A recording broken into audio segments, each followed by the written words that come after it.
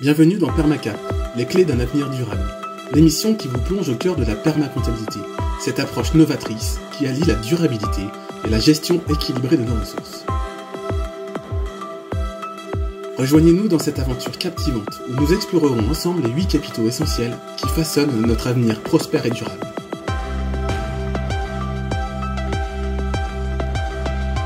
Découvrez comment intégrer la permacomptabilité dans votre vie quotidienne, votre entreprise ou votre communauté. Des experts passionnés partageront leurs connaissances, leurs idées et leurs expériences inspirantes. Vous explorerez des initiatives révolutionnaires, des projets concrets et des solutions innovantes, tous basés sur les principes fondamentaux de la permacomptabilité. Ne manquez pas nos épisodes captivants, où nous rencontrerons des individus inspirants qui ont embrassé la permacomptabilité et créé un avenir durable. Permacap, les clés d'un avenir durable, vous ouvre les portes d'un monde où la durabilité, l'harmonie et la prospérité vont nous plaire. Abonnez-vous dès maintenant et ensemble, construisons un avenir durable pour tous. Culturel, prendre sa roulotte nomade. Dans cet épisode, nous allons explorer les liens entre la permacomptabilité et la culture nomade. Nous avons l'honneur d'accueillir des invités passionnés qui ont fait de la roulotte un mode de vie en harmonie avec la nature et les principes de durabilité.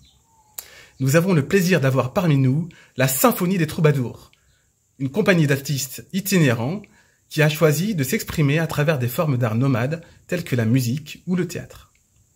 Alors, comment utilise-t-on notre art pour transmettre les valeurs de la permacomptabilité et susciter une prise de conscience à travers le nomadisme? Quels sont les défis et les récompenses d'être un artiste nomade engagé dans la durabilité?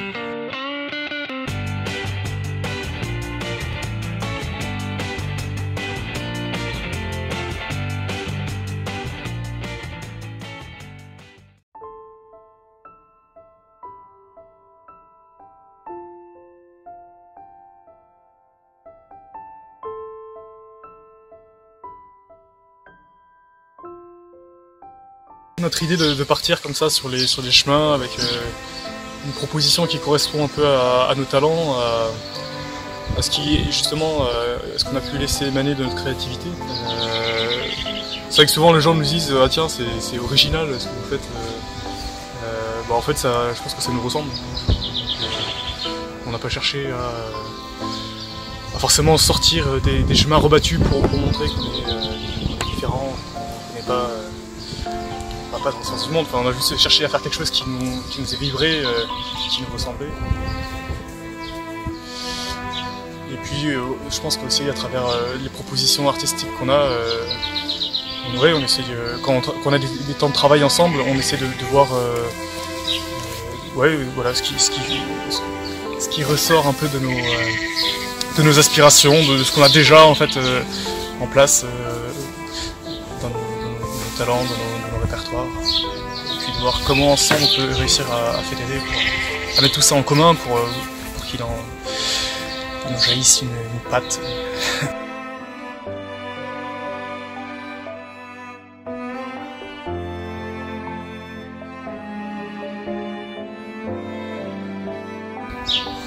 La culture, c'est à la fois, dans le sens français, le fait de se cultiver, c'est les moyens par lesquels un individu s'élève. Et dans le sens anglo-saxon ou allemand, c'est plutôt ce qui est relatif aux mœurs et à la manière de vivre, quoi, jusqu'à celle de tenir sa fourchette, alors que dans le sens français, la manière de tenir sa fourchette va pas forcément élever intellectuellement quelqu'un, mais la culture, ce qui est certain, c'est que elle est dans notre fondement. Elle est l'air que nous respirons. C'est les modèles que nous avons dans la manière d'aimer, dans la manière de combattre s'il le faut, dans la manière de s'entraider. C'est tout ce que la littérature orale ou haute nous a donné et qu'à nous, poètes, saltimbanques, chanteurs, musiciens, il nous est choix de redonner aussi à entendre sous la forme d'histoire, sous la forme de chansons, pour qu'on puisse se rassembler autour de choses qui sont belles et qui nous précèdent, qui sont celles sur lesquelles nos aïeux ont vibré d'une certaine manière et qui sont celles qui, sous une forme nouvelle ou très proches de celles que nos aïeux ont connues, vont nous faire vibrer encore et nous montrer combien il est bon de vivre, d'être ensemble, d'aspirer à aimer, à enfanter ou à travailler, tout ce qui est naturel dans ce monde créé, et tout ce qui est bon, parce que le monde qu'a créé le bon Dieu est bon, même si le mal y rôde. Il y a tant de bonnes choses qui sont à notre portée, et nous on vient seulement pour les chanter, sans micro.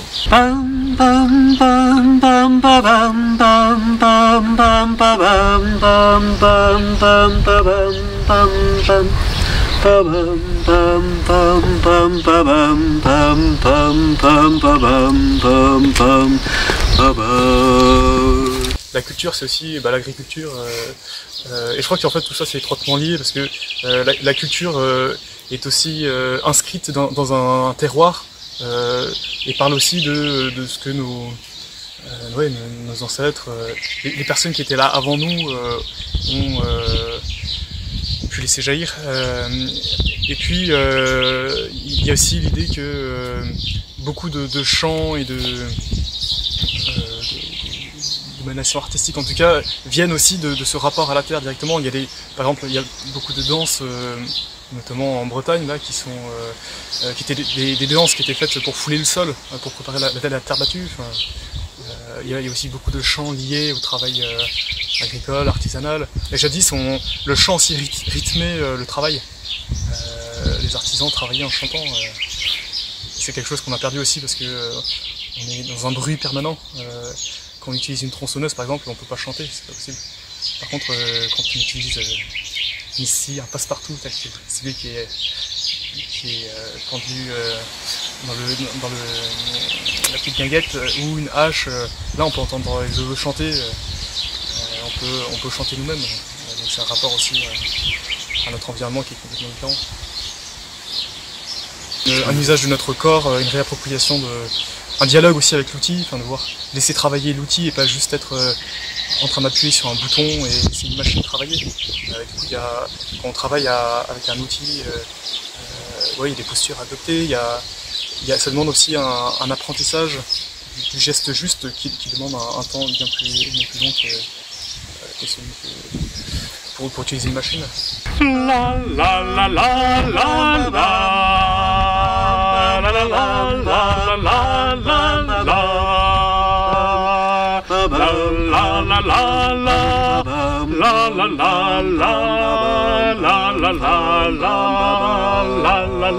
On est assez peu stratège, donc on n'a pas une vision du monde comme un ensemble d'acteurs, etc. Donc c'est vrai que pour l'instant, il y a quelque chose d'assez naïf dans notre engagement, qui est de partir du cœur et de donner et de voir ce qui se produit en retour.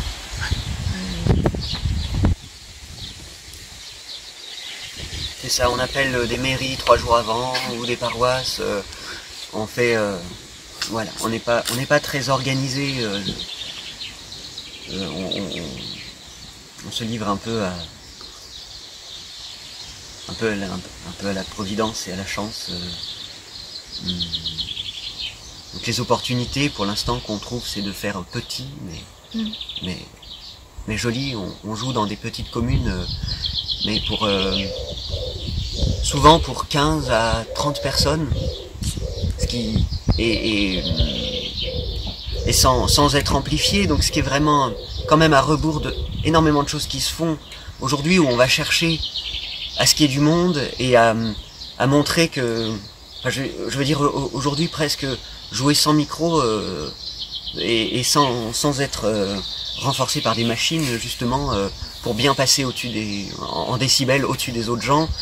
Le faire sans, ce serait presque n'être pas professionnel, ou on croirait qu'il n'y a pas vraiment de concert.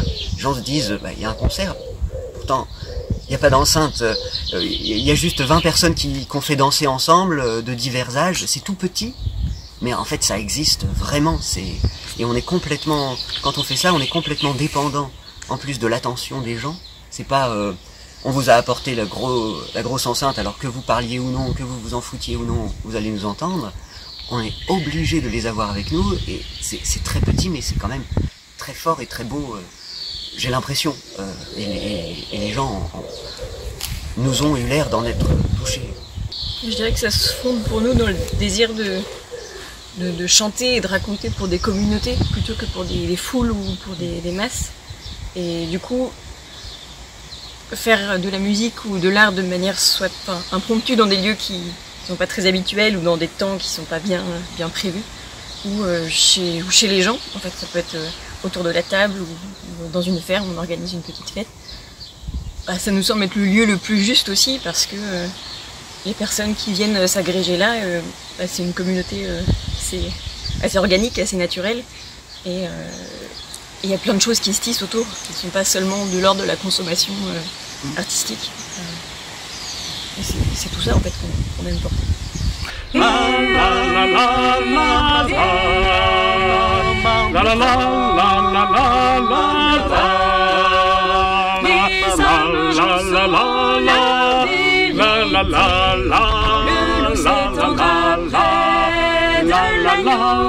De fait, là, notre modèle, c'est qu'on a besoin d'argent pour pouvoir continuer notre voyage et à proposer ce qu'on propose, en fait, comme tout le monde.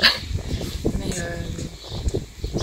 donc le désir en fond, c'est d'avoir une place dans la société qui est complémentaire à d'autres places. Par exemple, toi, tu as un jardin, là, on peut partir avec quelques plantes aromatiques. On t'a pas chanté de chanson, là, Pas encore. on te donne une interview, on a un échange et ça nous nourrit. C'est un petit peu ça aussi, la façon dont on le lit. Enfin, c'est pas seulement pour l'argent, mais l'argent est nécessaire. Et comme dans tous les cas, il circule pour l'instant dans toutes les interactions qui sont dans la société, on trouve pas ça injuste d'en demander. Mais on aime bien fonctionner au chapeau.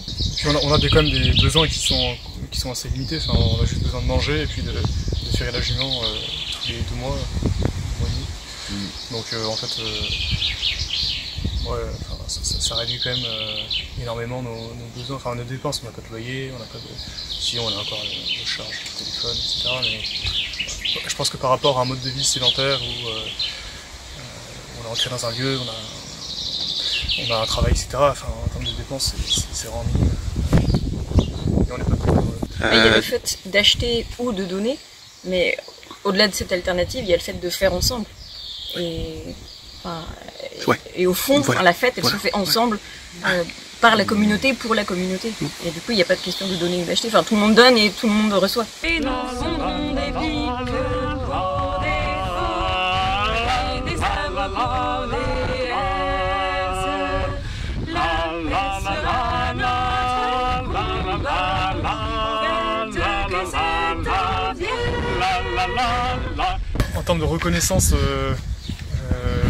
globale, en fait, nous on a eu l'occasion de faire des très belles rencontres, des gens qui à la fois étaient touchés par notre démarche, mais aussi qui nous ont accueillis les bras ouverts. Et en fait, cette reconnaissance, moi en tout cas, je l'ai eu. J'en demande pas plus, parce que après, dès lors qu'on commence à entrer dans des aéroportages, etc. Quelque chose, une échelle, on va dire, un peu plus globale. Je pense que derrière, on peut vite être happé par quelque chose qui nous dépasse. Et moi qui n'ai pas vu, que je souhaite pas du tout en fait. J'ai vraiment le désir de rester dans une relation de proche à proche, de personne à personne. Et oui, je pense que les médias peuvent être un vecteur intéressant, mais pour moi ça ne va pas du tout être une finalité, quoi. Oui, je pense que il y a 2 défis qui sont là, c'est celui de rester à la bonne échelle pour rester dans ce rapport-là, de personne à personne, vivant. Et pas rentrer dans une fonction un peu mécanique. En tout cas, moi, ça me donne ce sentiment-là de devoir rentrer dans une case en utilisant des formes ou un vocabulaire qui ne serait pas le mien. Et donc, c'est aussi réussir à créer sa place comme personne et comme artiste dans la société, et que cette place soit possible, c'est-à-dire qu'elle soit viable, de pouvoir manger, habiter quelque part et avoir une reconnaissance.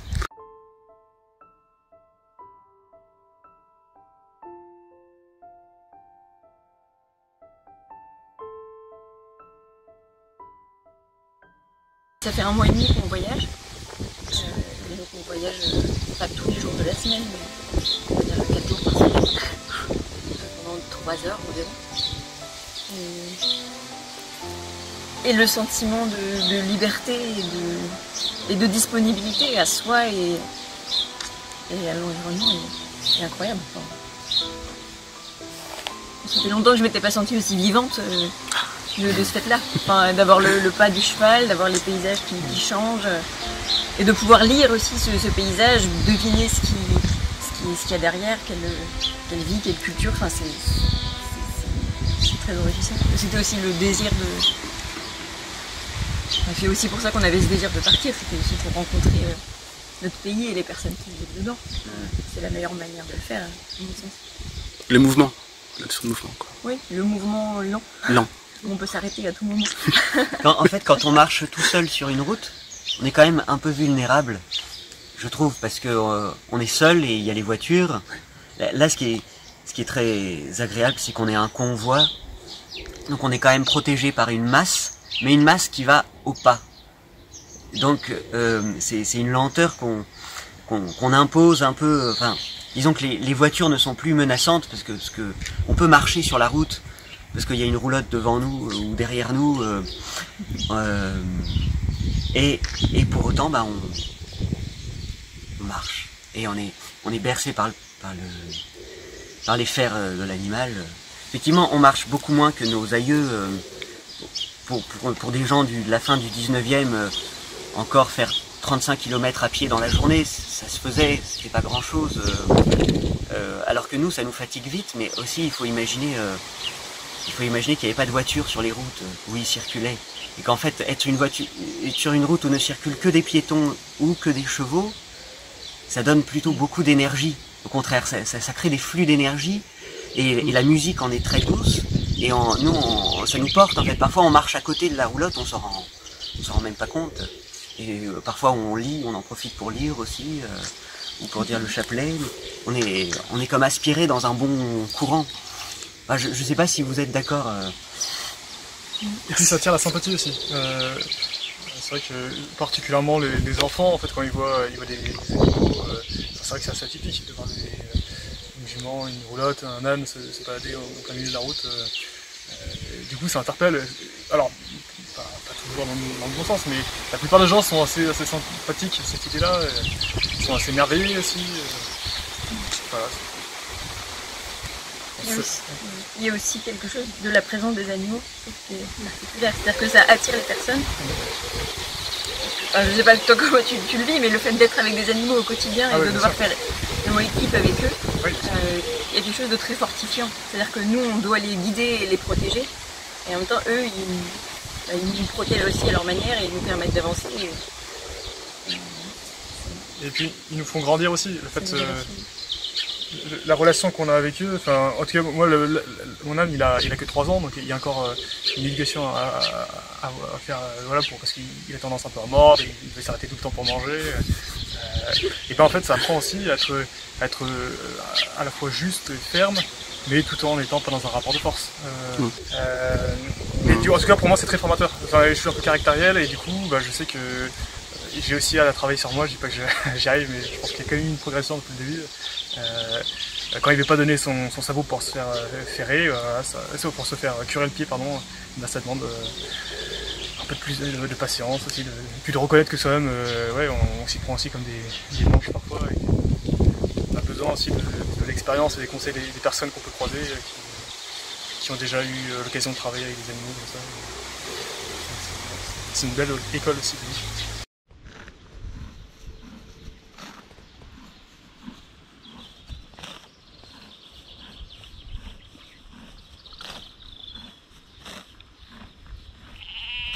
Notre spectacle s'appelle Saint-Louis-Marie, le vagabond de Dieu, parce qu'en fait, pendant 10 ans, il a arpenté les routes de Vendée, Bretagne avec son âne, en organisant des missions qui étaient assez hautes en couleurs, en musique.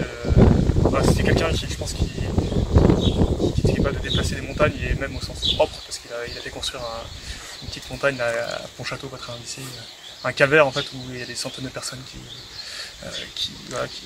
sont pris au jeu, et du coup voilà, il y a une énergie collective aussi. Peut-être que ça c'est un exemple. par rapport à la permacomptabilité. J'ai vu ordinairement. Moi je suis le père Laurent. Moi j'ai assisté Monsieur de Montfort dans la durée des travaux. J'ai vu 400 à 500 personnes y travailler ordinairement. J'ai vu jusqu'à 100 paires de bœufs pour tirer les charrettes. On tirait de là des douves de pierre qui faisaient bien leurs 2 pipes de vin, 800 kilos. Il y avait toutes sortes de gens. Il y avait des pauvres, il y avait des mendiants, il y avait des dames de qualité, il y avait des messieurs. Il y avait des prêtres qui portaient la terre par dévotion. Il en venait de Flandre et il en est même venu d'Espagne pour assister ce chantier. Le soir, on proposait à tous ces bons ouvriers de venir rendre leur devoir au Christ, dont la petite statue était dans une grotte qu'une simple chandelle éclairait. C'était beau. Donc tout le monde met la main à la pâte. C'est ça. Comme dans ton jardin peut-être les vendredis après-midi.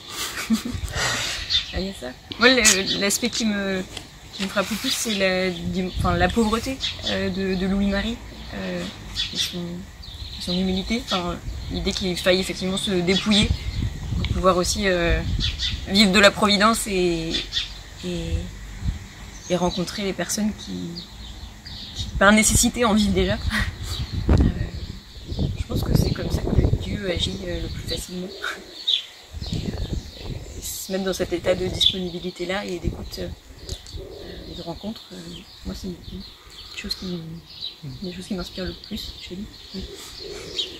Moi, il y a un truc qui me vient là, c'est quand tu parlais de laisser faire, laisser observer comment marche la nature et puis aussi s'abandonner. Enfin, je pense que c'est comme ça que je comprends. Accepter de pas tout maîtriser, d'avoir une partie qui parfois qui semble se dérober un peu à nos pieds, quoi. Et nous, c'est comme chrétiens, c'est ce qu'on appelle la providence, c'est-à-dire on sait pas. C'est vrai qu'on vit un peu au jour le jour là, et Louis-Marie c'est le cas. Enfin, il s'est fait virer à chaque fois, partout où il passait. En fait, il passait très mal parce qu'il dénotait un peu avec le style de l'époque. Et du coup, il s'est fait brinque-baller comme une balle du jeu de paume. Un peu partout où il passait, mais avec une confiance que tout ça est guidé en fait, qu'on n'est pas tout seul et que même si parfois on navigue un peu à vue et on sait pas bien de quoi sera fait nos lendemains, et en fait finalement la confiance et l'espérance que tout ça a un sens.